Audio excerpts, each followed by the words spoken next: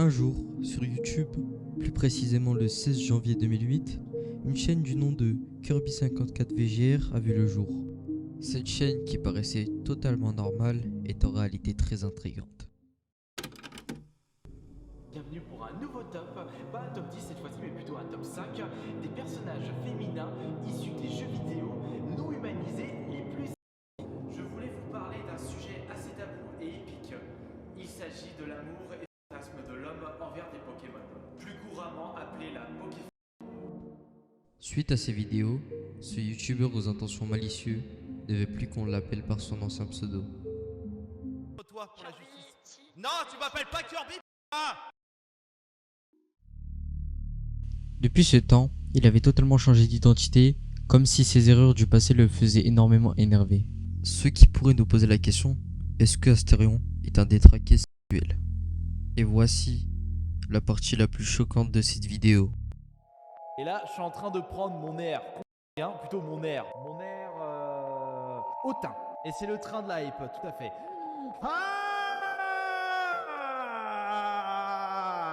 Hype.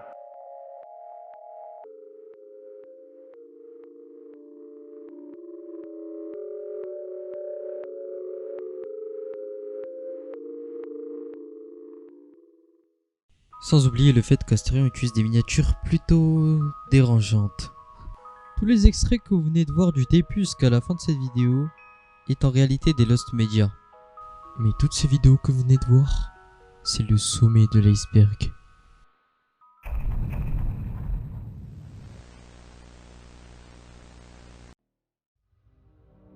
Chers internautes, bonjour.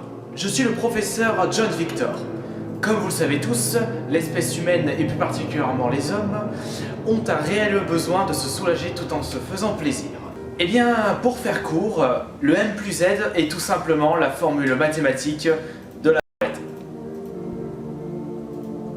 Maintenant, permettez-moi de vous présenter ma classification des adeptes de ce sport comme s'ils étaient des joueurs de jeux vidéo. Première catégorie, les joueurs occasionnels. Pas très adeptes, ils en sont encore au magazine. Pour eux, un paquet de mouchoirs suffit. Cinquième et dernière catégorie, les no-life.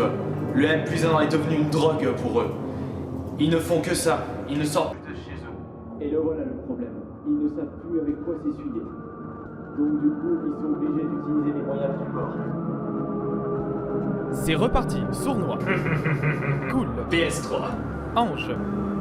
Pac-Man. Peur. Play. Sniff. Sniff 2. GBA. CD. Slip. Rouge. Rien à voir avec le smiley. Na. Souris. Souris encore. Oui. Doute. Malade. Il y a certains extraits d'Astérion auxquels il montre son amour certain pour des entités, voire des animaux. Là, malheureusement, ces Lost Media ont été perdus pour jamais, je n'ai pas pu les récupérer. Mais par contre, je peux enfin en récupérer un. C'est un petit tweet qui peut nous montrer son fantasme particulier pour les animaux.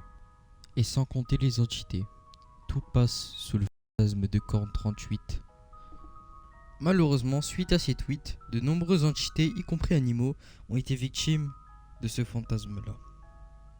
Voici une liste particulière de tout ce qui a été passé sous le fantasme sans fin de Pyros Minotaur.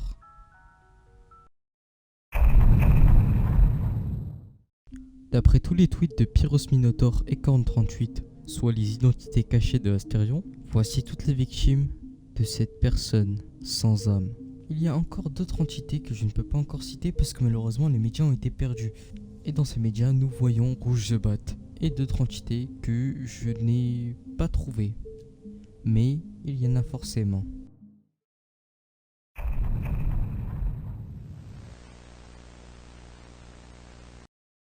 Il y a quelques années, sur les forums de 4chan, un utilisateur inconnu a réussi à trouver un Lost Media malsain. C'est bizarre. Je vous laisse avec l'extrait. Ah. Ouais. J'aime bien la danse qu'elle fait. Ah.